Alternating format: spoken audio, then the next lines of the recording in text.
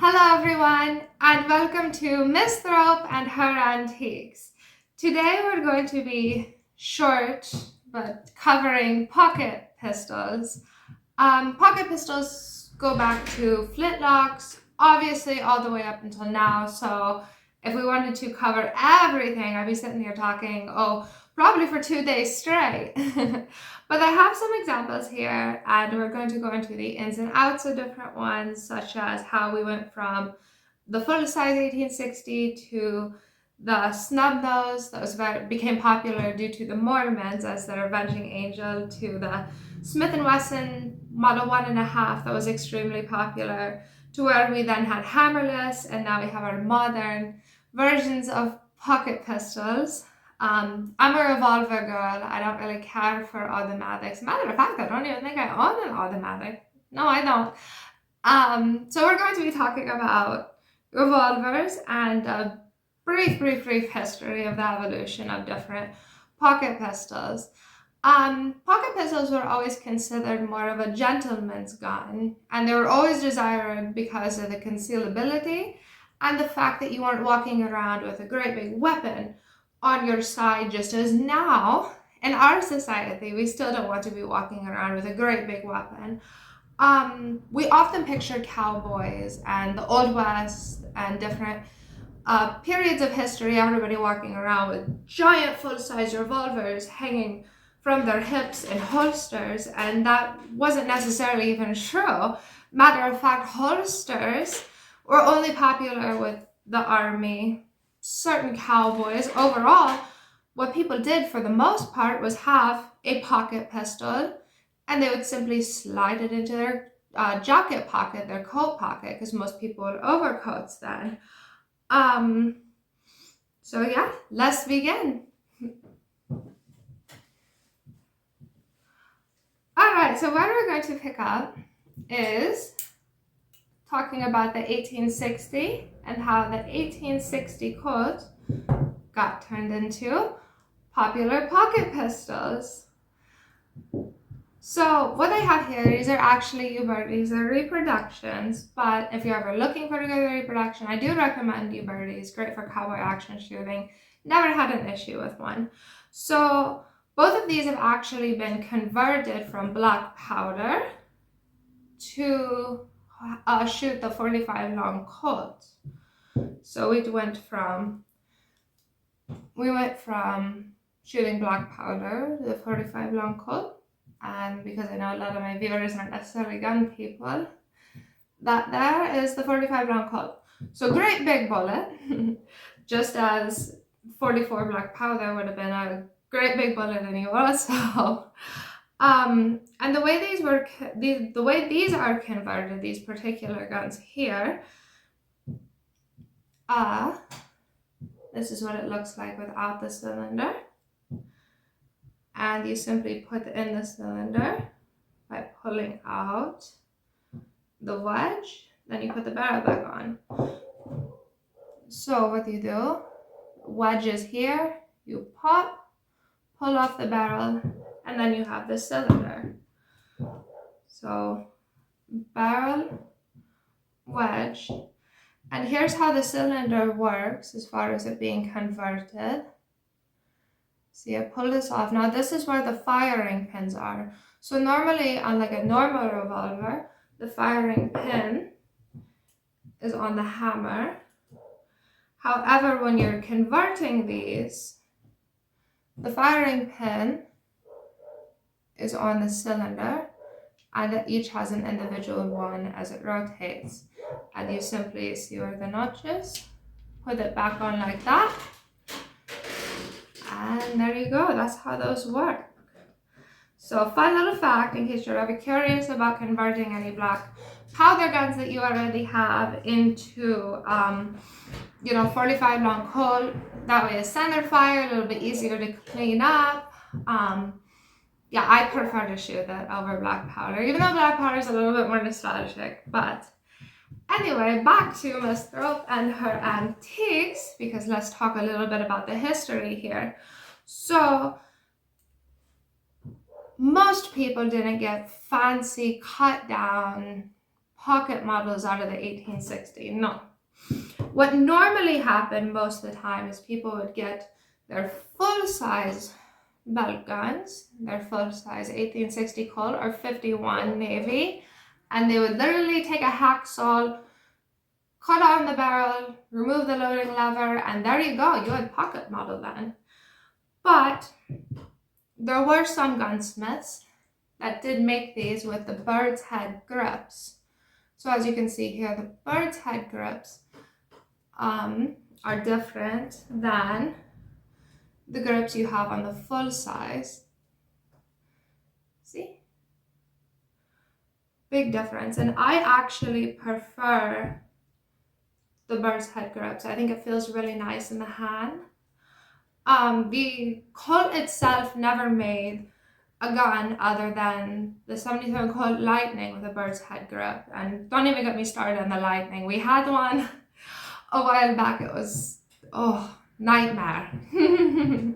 Those are truly the gunsmith's nightmares, which is what they were referred to all the time.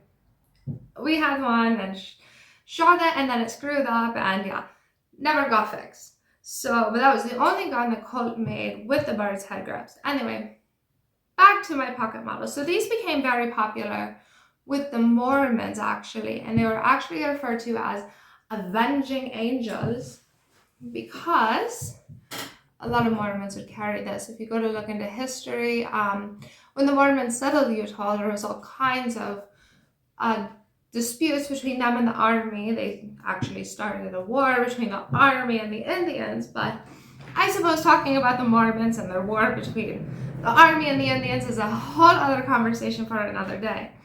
Now, where most people would just literally hacksaw, cut it down, remove the loading lever, and that was it, there were some gunsmiths that took pride and they did put the bird's head grips on it and stuff like that, to where we can get our fancy reproductions of today. And those are referred to as Natchez Specials, as in Natchez, New Orleans, as it's where a lot of them were actually made. So there you go. There is the snub nose 1860 Colt, and how most people got pocket pistols back then, because you had your Derringers, and the Derringers, most of them shot very small calibers, and a lot of people wanted the revolvers instead of just a few, instead of just a single shot. So there you go. And now on to the next one. All right, moving on, we're going to jump forward a little bit, and I absolutely love these. I actually carried one myself for a while, and this right here that we're going to be discussing next is a Smith and Wesson model 1877. However, they're more commonly known as a Smith and Wesson model 1.5. However, the 1.5, not what it's actually called, it's a model 1877, just like this model 1873 is a peacemaker. We call it the peacemaker. That was never Colt's actual designation.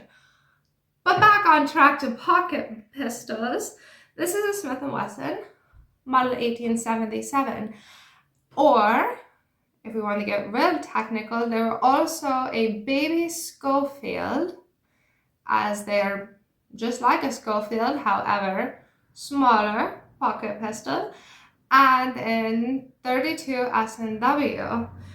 Fun little fact about the Schofield, however, the Schofield was actually Jesse James's favorite gun. And now you know. So these came in different barrel lengths. They came from 3-inch all the way up to a 10-inch barrel. And most often they're nickel, however, some of them are blue. The blue ones are rare. But let's talk about the grips for a minute. Again, just like the snub nose I showed off, this also has the bird's head grips. And this material here is not Bakelite or plastic. This is gutta percha. And fun little thing about gutta percha, see, this is actually earlier. You have a different color on it. But gutta percha came in brown, sometimes a little bit more of a green hue. Came in all different kinds. This one right here has about a 1/2 inch longer barrel than the other ones. And it's super clean, very nice. Now this was actually Smith and Wesson's first centerfire gun, and it was actually considered safe to be carried fully loaded. As you can see, it's not loaded because it actually has the rebounding hammer, which made it a safe model. And it was also their most popular, and we'll get to Hammerless here in just 1 second. But let's talk about a little fun fact about what these shot. So this is the 32 S&W, and from 1860 up until the 1930s, this was the most popular and most common civilian round. And this round right here is responsible for more deaths than any other civilian round on the market today. So, fun little fact there. And now let's move on to our next one.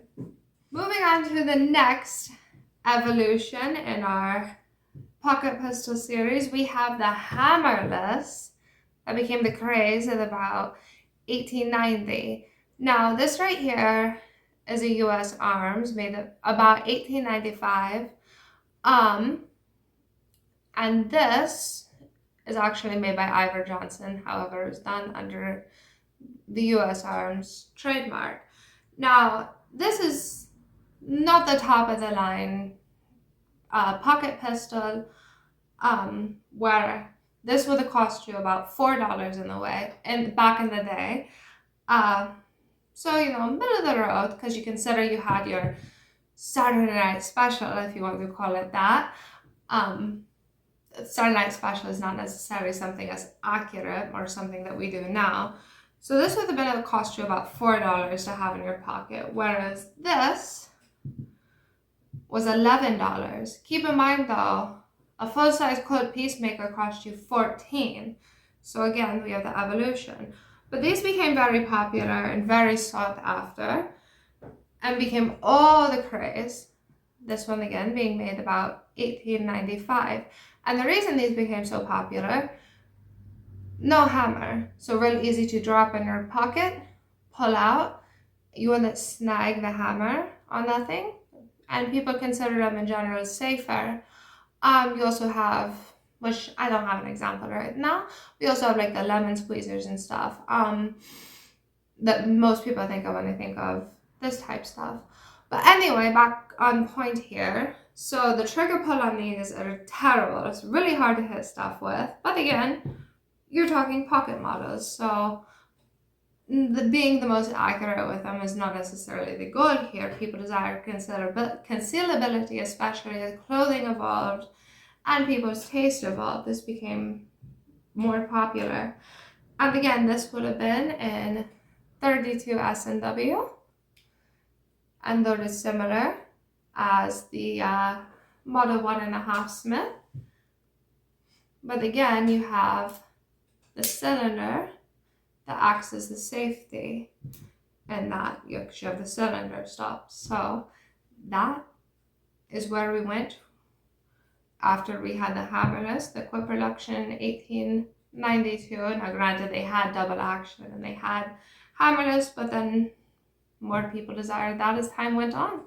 So next one. So our final stop on the evolution of the handguns or pocket pistols is I want to show a Smith and Wesson model 36 and 38 special. This is known as the Chief Special. Now mine right here is made in 81. It has the pinned barrel, as you can see, 1981. And I believe they quit making this model in 1991, but don't quote me on that. I'm going off memory right now. But the point I want to make right now is we have fancier models, like here's two Smiths, and then we have the evolution from the Smiths to modern day handguns, where you had the Hammerless that would have cost you $4 back in the day. Now we have the Taurus, which is more utilitarian. This is more what people want with the Packmeyer grips. Brush steel, that way it's a little bit less likely to get scratched up. From fancier people and more of the gunman who wants prettier nickel, wood, pretty good aperture grips from plain to plain. So there is quite the evolution here, and don't forget, people used to simply just take a hacksaw and make their own pocket pistol.